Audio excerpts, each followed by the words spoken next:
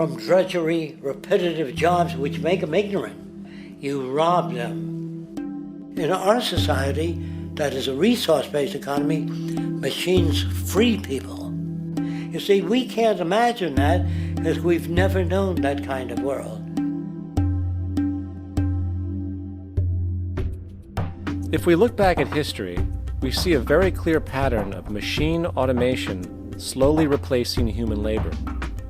From the disappearance of the elevator man to the near full automation of an automobile production plant, the fact is, as technology grows, the need for humans in the workforce will continually be diminished. This creates a serious clash, which proves the falseness of the monetary-based labor system. For human employment is in direct competition with technological development.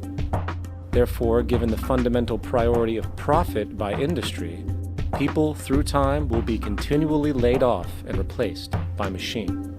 When industry takes on a machine, instead of shortening the workday, they downsize. You lose your job, so you have a right to fear machines. In a high-technology, resource-based economy, it is conservative to say that about 90% of all current occupations could be phased out by machines, freeing humans to live their life without servitude, for this is the point of technology itself. And through time, with nanotechnology and other highly advanced forms of science, it is not far-fetched to see how even complex medical procedures could be performed by machines as well, and based on the pattern, with much higher success rates than humans get today. The path is clear, but our monetary-based structure, which requires labor for income, blocks this progress. For humans need jobs in order to survive. The bottom line is that this system must go, or we will never be free, and technology will be constantly paralyzed. We have machines that clean out sewers. It frees a human being from doing that. So look at machines as extensions of human performance.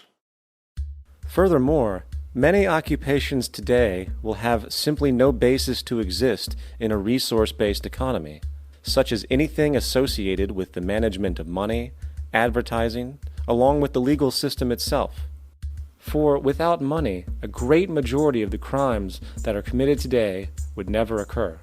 Virtually all forms of crime are a consequence of the monetary system, either directly or by neuroses inflicted through financial deprivation.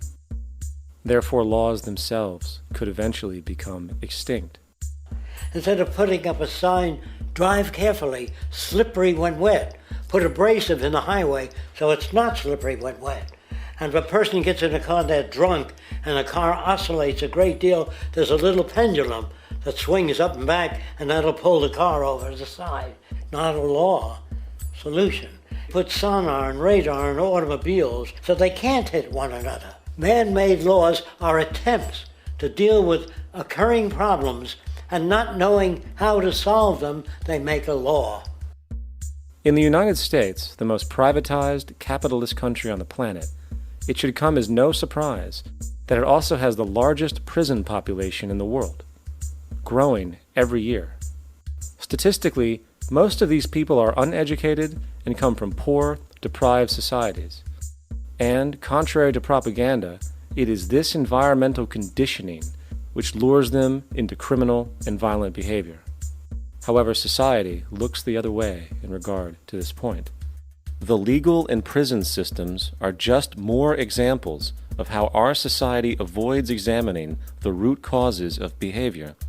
Billions are spent each year on prisons and police, while only a fraction is spent on programs for poverty, which is one of the most fundamental variables responsible for crime to begin with.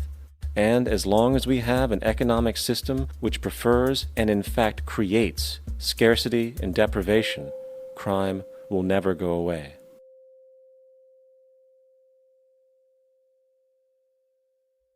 If people have access to the necessities of life without servitude, debt, barter, trade, they behave very differently. You want all these things available without a price tag. Now then, You gotta have a price tag. Well, what'll motivate people? Man gets everything he wants, he just lay around in the sun. This is the myth they perpetuate. People in our culture are trained to believe that the monetary system produces incentive.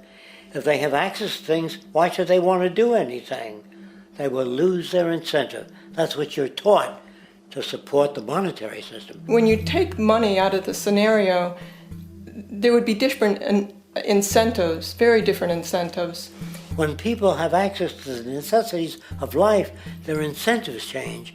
What about the moon and the stars? New incentives arise. If you make a painting that you enjoy, you will enjoy giving it to other people, not selling it.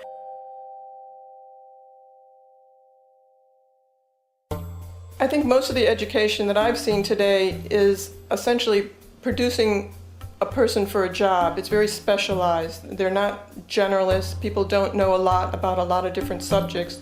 I don't think you could get people to go to war if they knew a lot about a lot of things. I think education is mostly rote, and they're not taught how to solve problems. They're not given the tools emotionally or within their own field of how to do critical thinking. A resource-based economy, the education would be very different. Our society's major concern is mental development and to motivate each person to their highest potential. Because our philosophy is the smarter people are, the richer the world, because everybody becomes a contributor.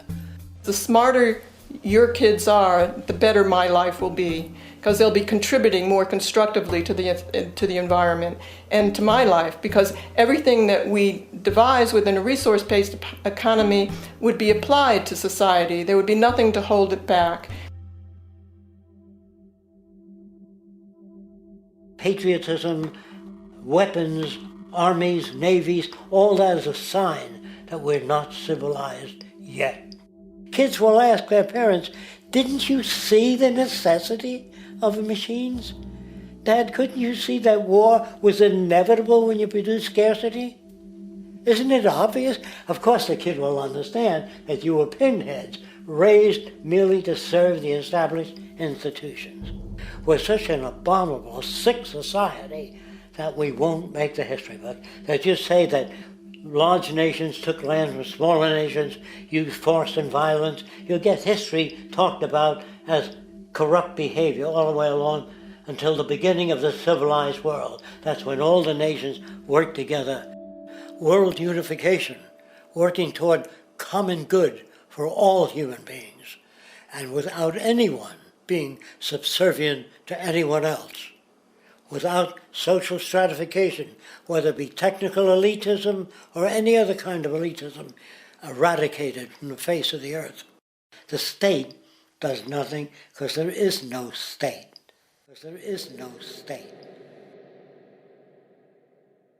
The system I advocate, a resource-based global economy, is not perfect.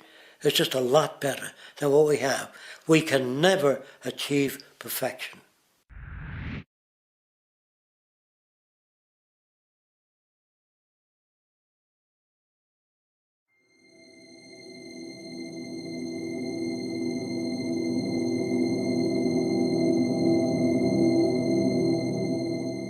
The social values of our society, which has manifested in perpetual warfare, corruption, oppressive laws, social stratification, irrelevant superstitions, environmental destruction, and a despotic, socially indifferent, profit-oriented ruling class, is fundamentally the result of a collective ignorance of two of the most basic insights humans can have about reality: the emergent and symbiotic aspects of natural law. The emergent nature of reality is that all systems, whether it is knowledge, society, technology, philosophy, or any other creation, will, when uninhibited, undergo fluid, perpetual change. What we consider commonplace today, such as modern communication and transportation, would have been unimaginable in ancient times.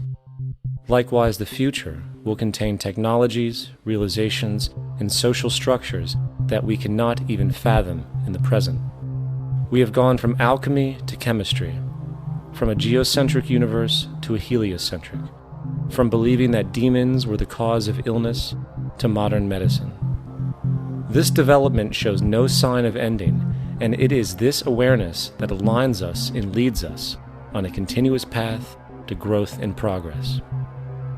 Static, empirical knowledge does not exist. Rather, it is the insight of the emergence of all systems we must recognize. This means we must be open to new information at all times, even if it threatens our current belief system and hence identities. Sadly, society today has failed to recognize this, and the established institutions continue to paralyze growth by preserving outdated social structures. Simultaneously, the population suffers from a fear of change, for their conditioning assumes a static identity, and challenging one's belief system usually results in insult and apprehension, for being wrong is erroneously associated with failure, when, in fact, to be proven wrong should be celebrated, for it is elevating someone to a new level of understanding, furthering awareness. The fact is, there is no such thing as a smart human being, for it is merely a matter of time before their ideas are updated, changed, or eradicated. And this tendency to blindly hold on to a belief system, sheltering it from new, possibly transforming information, is nothing less than a form of intellectual materialism. The monetary system perpetuates this materialism not only by its self-preserving structures, but also through the countless number of people who have been conditioned into blindly and thoughtlessly upholding these structures, therefore becoming self-appointed guardians of the status quo. Sheep, which no longer need a sheepdog to control them, for they control each other by ostracizing those who step out of the norm.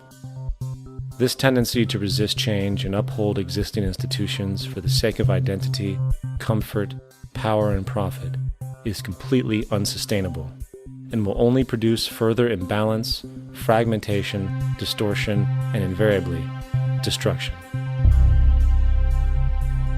It's time to change. From hunters and gatherers to the agricultural revolution to the industrial revolution, the pattern is clear. It is time for a new social system which reflects the understandings we have today.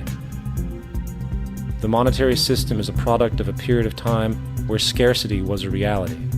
Now, with the age of technology, it is no longer relevant to society. Gone with the aberrant behavior it manifests. Likewise, dominant worldviews, such as theistic religion, operate with the same social irrelevancy. Islam, Christianity, Judaism, Hinduism, and all of the others exist as barriers to personal and social growth, for each group perpetuates a closed worldview, and this finite understanding that they acknowledge is simply not possible in an emergent universe.